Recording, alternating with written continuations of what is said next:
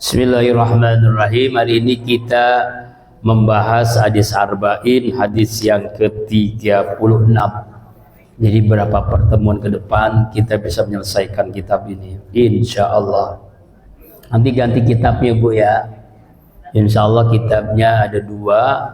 Pertama kitabnya Safinatun Najah, kitab fikih, dan yang kedua kitab Adabul Alim wal Muta'alim, karya Syekh Hasim Al-Ashari, ya, pendiri Nahdlatul Ulama, insyaallah ya.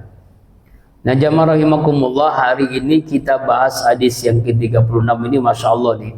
Ini komplit semua, ada semua nih. Hadisnya dari Abu Hurairah.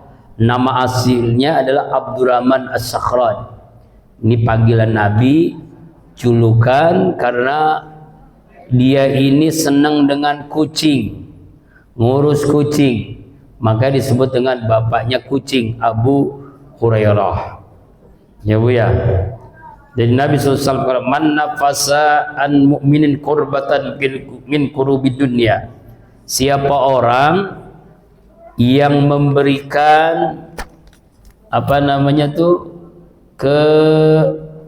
kemudahan, melapangkan, menghilangkan kesulitan dari kesulitan dunia. Misalnya begini, dia pinjam duit sama ibu, lalu dia nggak mampu membayarnya, bukan tidak mau bayar, tidak mau membayarnya, lalu ibu ikhlaskan, itu namanya tuh apa yang terjadi? Nafasallahu anhu qurbatan min qurbi dunya amin qurbi yaumil qiyamah. Maka Allah akan menghilangkan kesusahan nanti pada hari kiamat. Kesusahan apa Bu? Namanya hari kiamat itu huru hara kiamat. Jarak matahari dengan manusia itu hanya beberapa meter. Padang mahsyar. Kesusahan itu Allah hilangkan. Orang yang biasa menghilangkan kesusahan orang lain. Kira-kira bisa nggak tuh? Iya, kalau minjem duitnya cuma 10.000, kalau 10 juta repot Bu. Tapi gini ya Bu ya, ada sedekah itu pahalanya 700 kali lipat. Kemudian ibu ada yang pinjam duit, lalu ibu mengikhlaskan, pahalanya 2 kali 700 kali lipat. Masya Allah. Jadi lebih besar pahala orang yang mengikhlaskan ketika orang punya duit, diminjemin duit, dia nggak mau membayar, lalu ibu ikhlaskan. Masalahnya bisa nggak kita begitu? Itu masalahnya. Iya benar, bisa. Kalau minjem duitnya 10.000, kalau 10 juta, 10 miliar, repot. Ya Bu ya. Iya, kalau dikit ikhlas, kalau gede iya Bu ya. Tapi memang pahalanya lebih besar. Kalau pahala sedekah cuma 700, pahala mengikhlaskan orang minjem duit dikali 2 lagi. Jadi berapa tuh? 14.000 pahalanya Bu. 1 rupiah 14.000 rupiah. 1 juta 14 juta ibu dapat pahala kalau mengikhlaskan orang minjem duit.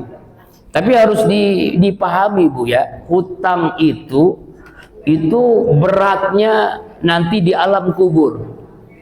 Bahkan Rasulullah SAW pernah menunda menyolatkan jenazah yang jenazah ini punya hutang.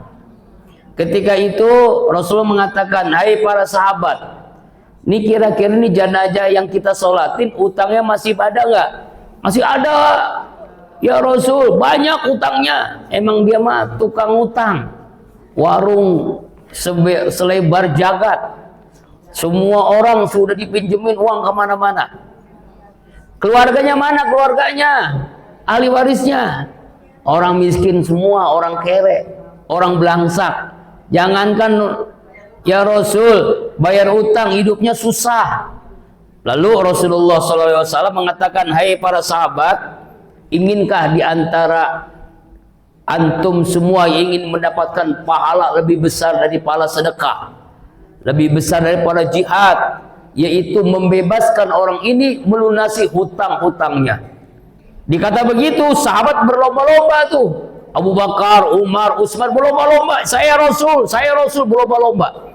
Akhirnya dibayarinlah utang-utang itu ke warung-warung, ke orang-orang, lunas. Barulah Rasulullah mau menyolatkan jenazahnya.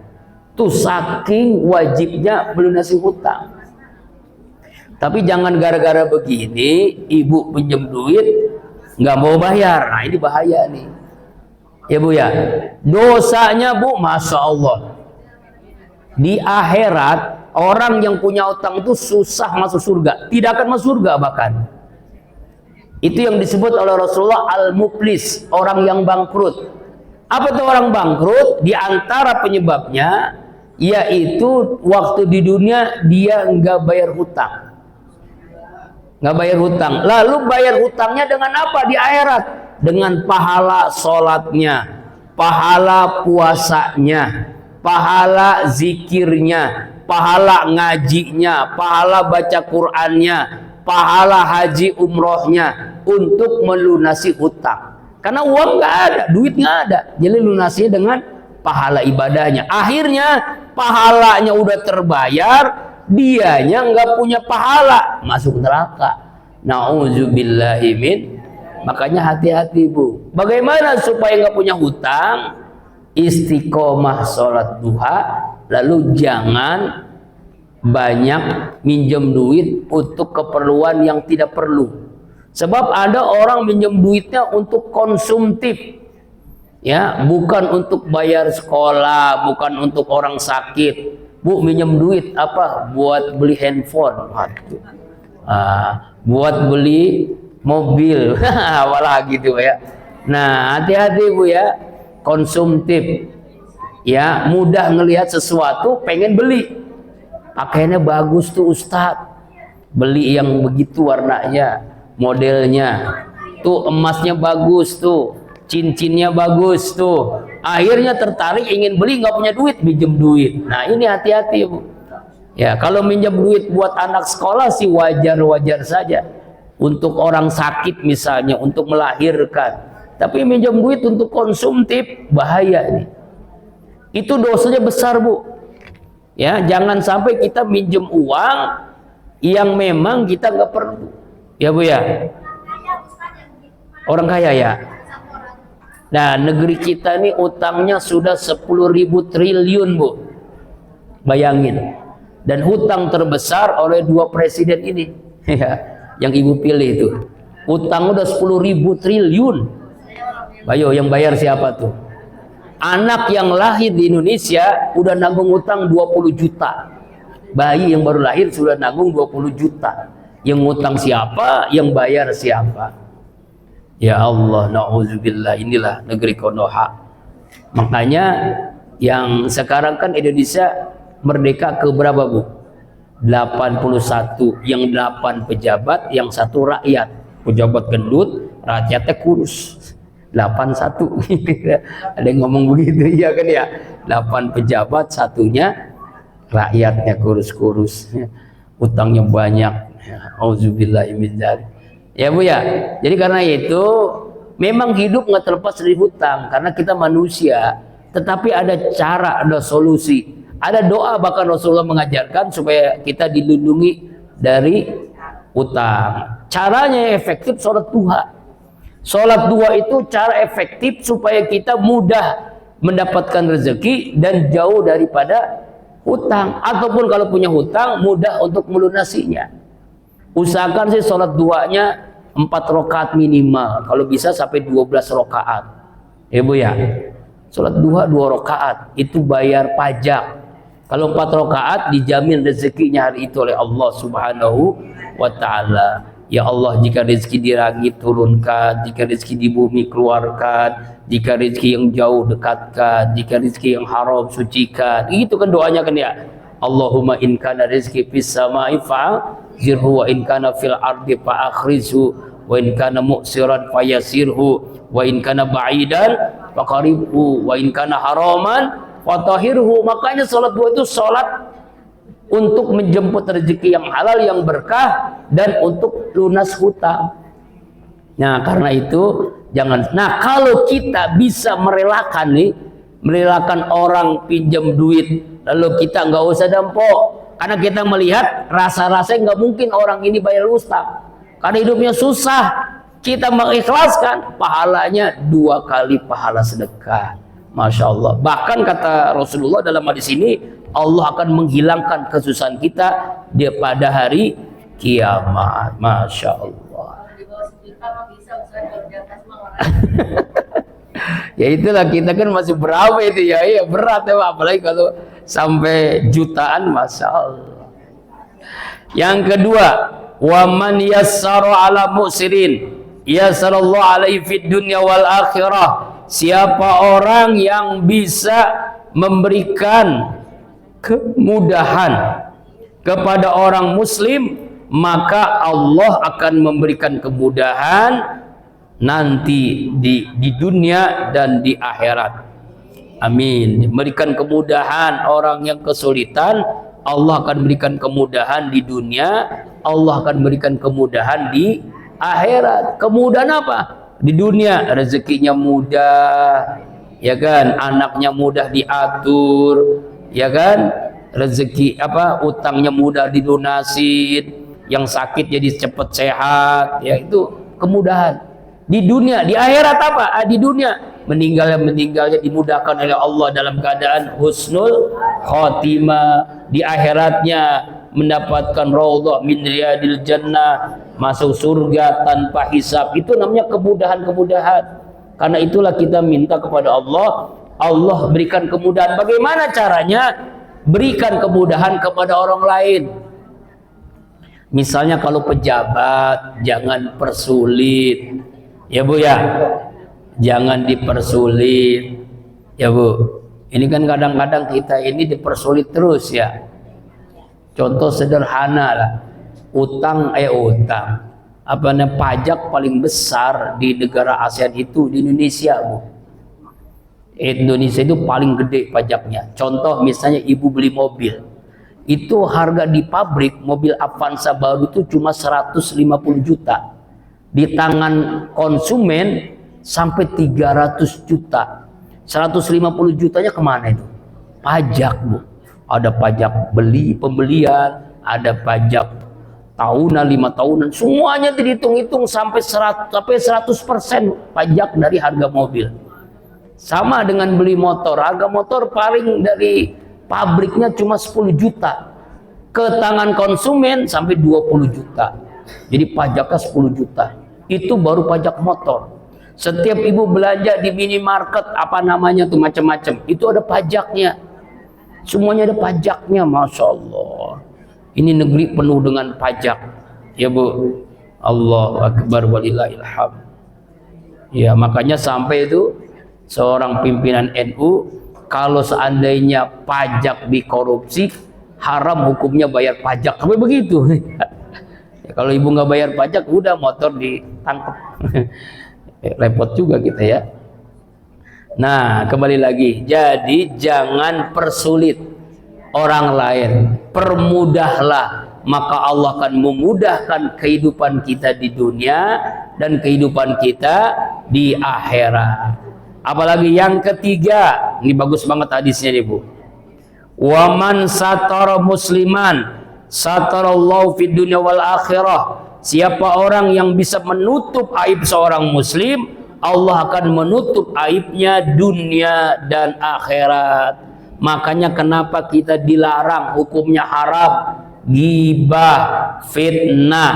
Karena ketika ghibah, fitnah itu kan membuka aib seseorang. Jangan Bu, jangan dibuka, ya, bahaya. Aibnya itu dibuka. Apa yang sederhananya? Ini kadang-kadang ibu-ibu ngaji sih ngaji, 1 jam ngaji, 2 jam ngerumpi. Ya, kalau di sini nggak Allah, insya Allah nggak ada ya, nggak ada beda. Ya Bu, ya kan, ngerumpi, gosip, gibah, itu biasa kan kerjaan bapak-bapak kan, yang kumpul di arisan nunggu anak sekolah itu biasanya kan, ngerumpi itu kan. Hati-hati Bu, orang yang suka gosip, ngerumpi itu sama dengan makan bangkai saudaranya sendiri. orang meninggal bangke kita makan, itu nauzubillah. Orang yang gosip itu saking gede-gedenya dosanya, ya, itu dosa gibah. Nah, itu yang orang muflis di akhirat. Orang yang bangkrut di akhirat adalah orang yang suka buka aib orang lain. Suka buka aib orang lain, suka mencela, menghina, ya, suka fitnah. Nah, ini juga sama nih, menghina, mencela, memfitnah, buka aib orang lain, maka Allah akan buka aibnya di dunia dan juga di akhirat. Makanya kalau kita bisa menutup aib saudara kita, maka Allah menutup aib kita di dunia dan di akhirat. Bagaimana caranya? Misalnya ada yang ngajakin gosip, kita langsung istighfar, kita alihkan pembicaraan. Begini Bu ya, ada seorang ahli, ya, psikolog. Jadi begini, ketika kita buka aib orang lain, sedangkan dia tidak mau buka, ya, maka itu aura negatif akan terus turun kepada orang itu, keduanya itu. Kalau yang banyak nimpalin, banyak tuh negatif-negatif. Makanya susah rezekinya, hidupnya sempit, rezekinya susah, utangnya makin banyak, anaknya susah diatur karena gosip. Dosa yang seringkali kita nggak sadari. Dosa gosip itu kita sadar nih.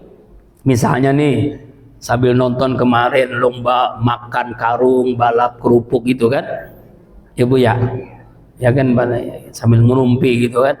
Nah, itu tuh semuanya tuh dibicarain dari satu hal terus ngurup kemana-mana tuh. Kan begitu setan itu kan. Ya, satu perkara, Pok, tahu nggak Pok? Dia kan punya mobil kan, itunya masang tuyul gitu ya, pasang togel, apa pokoknya dibicara terus, ditelusuri terus. Itulah setan sangat pintar supaya orang terus-terusan gosip, ditimpalin lagi. Nah, sama juga dosanya tuh. Yang nimpalin, yang memulai, yang dengerin juga sama. Makanya dosa gosip, ngerumpi, fitnah itu luar biasa dosanya. Tanpa kita sadari menggerogoti kebaikan yang kita lakukan, maka Allah akan buka aibnya nanti di dunia dan buka aibnya di akhirat. Nauzubillahimin. Makanya jangan ya Bu ya, jangan sampai kita buka aib orang lain. Kita tutup serapat-rapatnya. Apalagi orang yang sudah meninggal dunia, jangan sampai itu. Kita bicarakan baik-baiknya aja. Sholatnya, ibadahnya, ngajinya, zikirnya. Kita sebutin yang baik-baiknya, sodakohnya. Jangan sebut kejelekannya. Manusia itu nggak ada yang sempurna, nggak semuanya baik. Jangan ceritakan aibnya. Kita tutupi serapat-rapatnya. Ini kadang-kadang ibu-ibu buka aib suaminya sendiri. Waduh, suami gua mau goblok banget dah. Aduh, lah kan suami lu ganteng, kaya. Ganteng sih iya, kaya sih iya. Cuma kalau tidur ngorok, ngiler, aduh, bau. Keringatnya bau. Itu kadang-kadang gitu nyeritain aib suaminya sendiri. Itu suatu RW tahu semua. Kenapa satu RW? Ngomongnya di pengajian, ngomongnya di posyandu. Akhirnya tersebar semuanya. Tuh suami dia tuh, empok itu tuh suka ngiler. Karena tahu, karena dibuka aibnya oleh istrinya sendiri. Nauzubillahimin. Jangan sampai Bu ya, aib keluarga, aib suami, aib istri, apalagi orang yang sudah meninggal dunia, jangan dibuka sekali-kali. Tutupi serapat-rapatnya. Nah, kalau ada keinginan membuka aib orang, istighfar. Astaghfirullahaladzim, ampuni hamba ya Allah. Astaghfirullahaladzim, tutupi aib hamba ya Allah. Insya Allah Allah akan tutupi aib kita dunia dan akhirat. Yang berikutnya, nah ini bagus banget lagi nih ya. Wallahu fi aunil abdi ma kanal abdu fi auni akhihi. Dan Allah menolong seorang hamba selama hamba itu menolong saudaranya. Jadi kalau kita ingin ditolong Allah, ingin ditolong rezeki kita, keluarga kita, rumah tangga kita, anak kita, ingin ditolong di dunia dan di akhirat, tolonglah hamba-hamba Allah yang lain. Misalnya nih, orang-orang yang sedang menerima bencana, kita tolong. Orang-orang yang dizolimi di Gaza, di Palestina, musibah gempa di NTT ya kemarin kan ya, musibah kekeringan, musibah, kesusahan, kita tolong, maka Allah akan menolong kita. Rezeki kita akan ditolong, kehidupan kita akan ditolong, ya, anak kita akan ditolong. Nah itu, makanya menolong seorang itu sebenarnya kita sedang mengundang pertolongan Allah Subhanahu wa ta'ala. Ingin ditolong Allah, Bu? Tolonglah saudara kita, tetangga kita yang susah, tetangga kita yang melarat, saudara kita yang susah. Apalagi sekarang ini ekonomi makin sulit, hidup makin pelik, kehidupan makin menjerit. Betul, Bu? Nah, saatnya kita menolong. Nggak mampu saya menolong, Ustadz, boro-boro nolong orang lain. Ya, caranya kan bukan dengan tenaga. Bisa dengan dana kalau punya duit, tenaga kalau punya kuat. Nggak bisa, doa. Makanya ada trik, Bu, kalau ingin sukses, ibu keluar rumah, lihat orang, doain. Misalnya ada pedagang bubur, ya Allah semoga berkah, dagangannya laris. Ketemu orang yang suami istri berjalan, semoga keluarganya sakinah. Ketemu anak kecil, semoga menjadi anak yang soleh. Itu kata malaikat, dia pun. Jadi sebelum doa itu kepada orang itu, maka doa itu kepada kita. Semakin banyak kita doain orang, semakin banyak Allah berikan kebaikan untuk kita. Alhamdulillah. Jadi sampai dari rumah, misalnya dari pondok, dari Dumek ke Al-Kohar, naik motor, naik angkot, jalan kaki, kan ketemu orang tuh pasti kan ya. Doakan terus, doakan terus. Maka doa itu buat, sebenarnya kan bukan buat dia, buat kita dulu, baru ke orang itu. Tuh masuk, semakin banyak doain orang, semakin banyak Allah berikan kepada kita. Alhamdulillah. Makanya selama kita menolong orang lain, selama itu Allah tolong kita. Sering doain, maka Allah kan menolong kita. Jadi jangan pelit nolong. Nggak usah dengan duit karena nggak punya duit, nggak usah dengan tenaga karena nggak kuat. Kan doa mah mampu. Ya Bu ya. Masa doain doang nggak mampu, pelit banget doain orang. Ya minimal doain, bacain Al-Fatihah misalnya. Ya Bu ya. Nah tadi saya berangkat di sini di tetangga orang ngontrak meninggal dunia, siapa namanya saya lupa itu ibu siapa. Ya di Dumek dekat rumah orang ngontrak sih ya, meninggal dunia. Ya, itu. Doain dulu ya, hampir terlambat tadi ke sini kan, tapi udah alhamdulillah pas. Ya, masuk kita doakan. Orang yang kerja naik motor itu masya Allah. Kalau pagi-pagi Bu kayak tawon itu motor, masya Allah, tabarakallah ya. Doakan terus, doakan. Maka Allah akan menolong kita. Ketika kita karatul maut, Allah tolong. Kita susah, Allah tolong. Insya Allah. Nah, berikutnya ini yang Ibu alamin sekarang nih. Man salaka tariqan yaltamisu fi ilman sallallahu lahu tariqan ilal jannah. Siapa orang yang memudahkan kakinya untuk menuntut ilmu, menempuh perjalanan dalam rangka menuntut ilmu, maka Allah mudahkan perjalanan menuju surga. Ini kan, jadi jangan anggap remeh Ibu. Jadi kalau ada yang nanya, Ibu mau kemana? Mau menuju surga. Gitu aja jawabannya.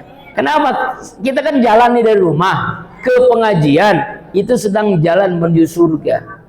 Makanya ketika orang meninggal ketika ngaji, insya Allah meninggalnya husnul khotimah. Sebab saya baru aja dapat video Bu, nanti saya kirim ke grup dari Al-Kohar. Ada emak-emak ya lomba nyanyi, nama nyanyi apa? Nama yang ini 81 tahun Indonesia di Regahayu, jatuh meninggal langsung. Kan nggak enak banget meninggalnya lagi nyanyi kan Bu ya. Kalau meninggalnya lagi begini, lagi ngaji, masya Allah, langsung meninggal menuju surga. Ya Bu ya. Ada, nggak tahu kalau lagunya lagi nggak ngerti dah. Lagi nyanyi, gue lagi joget, nyanyi.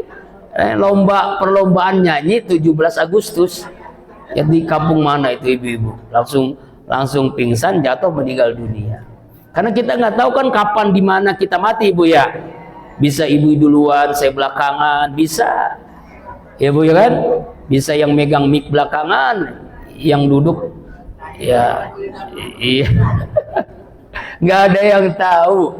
Tapi kita ingin meninggalnya ketika mau ngaji. Kenapa? Meninggalnya menuju surga. Jadi selama kita ngaji sebenarnya jalan kita menuju surga semakin dekat. Alhamdulillah. Ini hadis sahih Bu nih. Rasulullah yang ngomong. Kemudian nih sekarang lagi, wa mastama qaumun, tidak ada sekelompok orang, kita ini kan berkumpul nih. Bainahum di yasluna fi baitin min buyutillah, di rumah dari rumah Allah.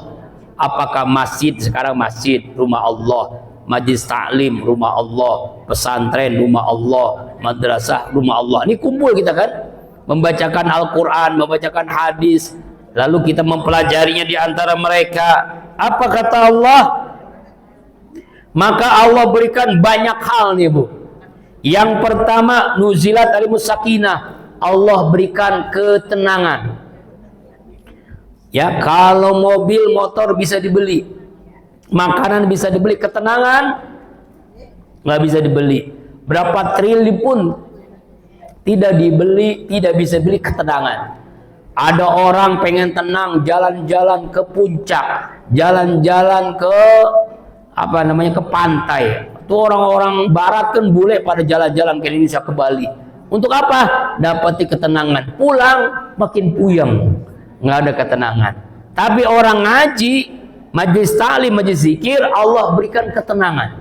Ketenangan Bu.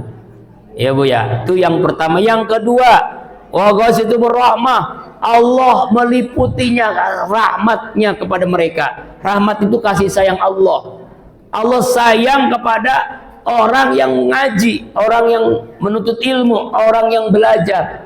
Wa ghasiyatumur rahmah, Allah memberikan kasih sayangnya dengan pahala. Bahkan bukan itu aja, ketika dapat kasih sayang Allah, kita pulang ke rumah masing-masing, maka ketika itu Allah sedang mengampuni seluruh dosa-dosa kita, dan Allah ganti sifat buruk dengan sifat yang baik, sifat jelek dengan sifat yang baik tuh. Alhamdulillah. Makanya sering hadir, maka Allah berikan rahmat.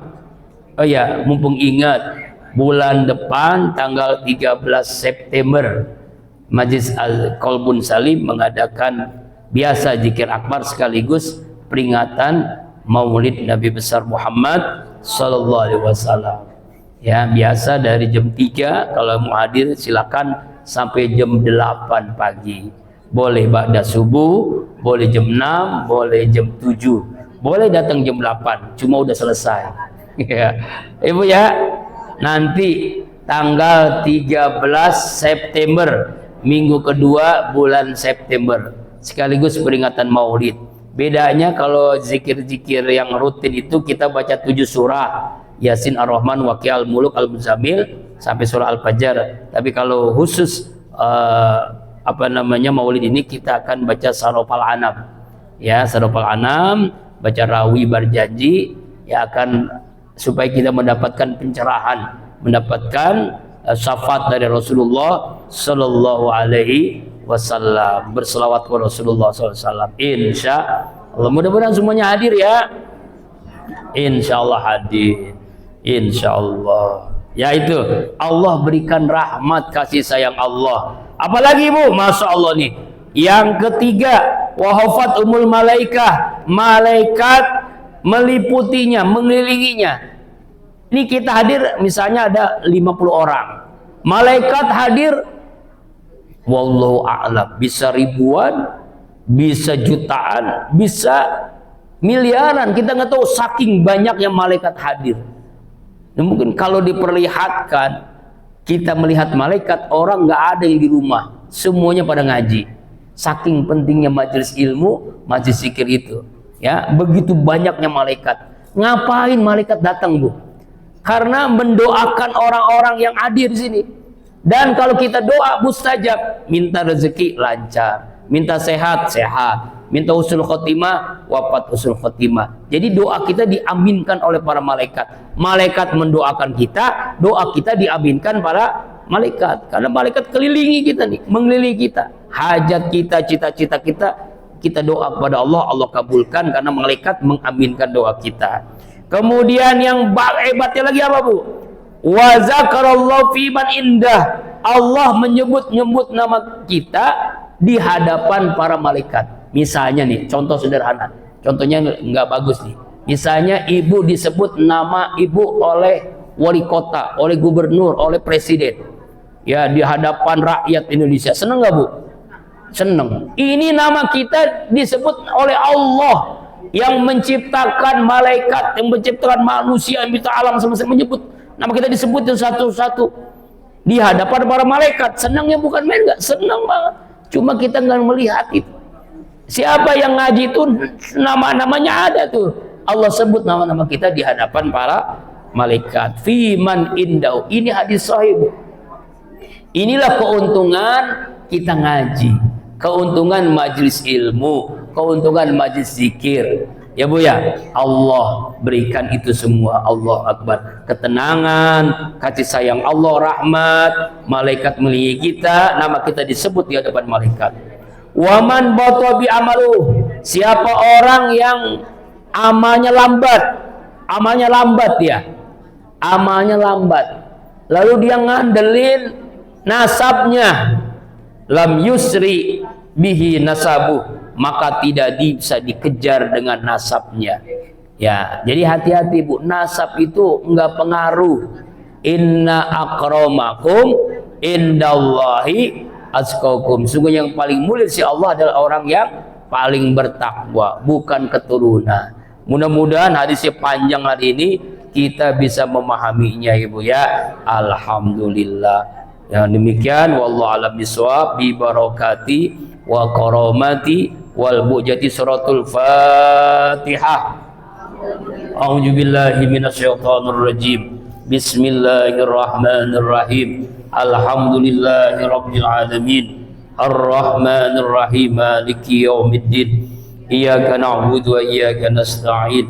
Ihdinas siratal mustaqim. Siratal ladzina an'amta 'alaihim ghairil maghdubi 'alaihim waladdallin. Amin. Astaghfirullahalazim, astaghfirullahalazim, astaghfirullahalazim. Allahumma salli ala sayyidina Muhammadin fil awwalin wa sallim ala sayyidina Muhammadin fil akhirin wa ala kulli sahabati rasul ajma'in. A'udzu billahi minasyaitonir rajim. Bismillahirrahmanirrahim. Alhamdulillahi rabbil alamin. Hamdan naimin, hamdan syakirin, hamdan ni'amahu wa yukafi mazidah. Ya Rabbana lakal hamdu kama yanbaghi li jalalikal karimi wa ajibi sultanik. Allahumma salli ala Sayyidina Muhammad wa ala ali Sayyidina Muhammad.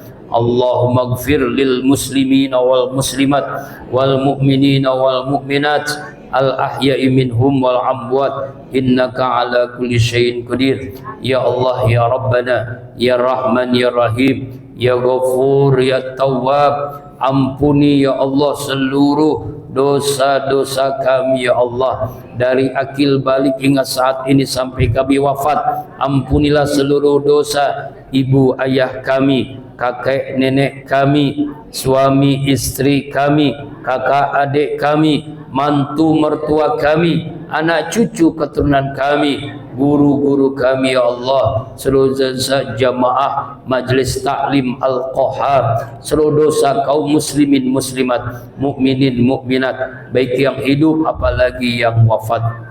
Ya Allah ya Rabbana, karuniakan kepada kami semua akidah yang kuat, ibadah yang khusyuk, ikhlas, istiqamah, akhlak yang mulia, ilmu yang bermanfaat, sehat walafiat, rezeki yang halal, berkah dunia akhirat, keluarga yang sakinah, anak cucu keturunan soleh dan solehah. Ya Allah ya Rabbana, jika rezeki di langit turunkanlah, jika rezeki di bumi keluarkanlah, jika rezeki yang sulit mudahkanlah, jika rezeki yang jauh dekatkanlah, jika rezeki yang haram sucikanlah ya Allah. Kami bermohon selamatkan saudara-saudara kami yang tertimpa musibah, saudara-saudara kami yang terzalimi ya Allah. Ya Allah, berikan kami kesempatan bertaubat sebelum kami wafat. Beri kasih sayang detik-detik kematian kami.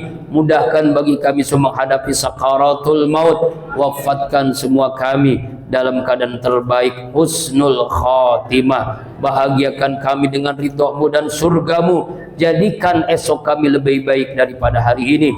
Hasbunallah wa ni'mal wakil, ni'mal maula wa ni'man nasir. La haula wa la quwwata illa billahil aliyil azim. Rabbana atina fid dunya hasanah wa fil akhirati hasanah wa qina azabannar. Wa sallallahu ala sayyidina Muhammadin nabiyil ummi wa ala alihi washabihi ajmain. Subhana rabbika rabbil izzati amma yasifun. Salamun alal mursalin walhamdulillahi rabbil alamin. Subhanakallahumma wa bihamdika asyhadu an la ilaha illa anta astaghfiruka wa atubu ilaik. Billahi taufiq wal hidayah. Wassalamu alaikum warahmatullahi wabarakatuh. Amin. Amin ya Allah. Makasih.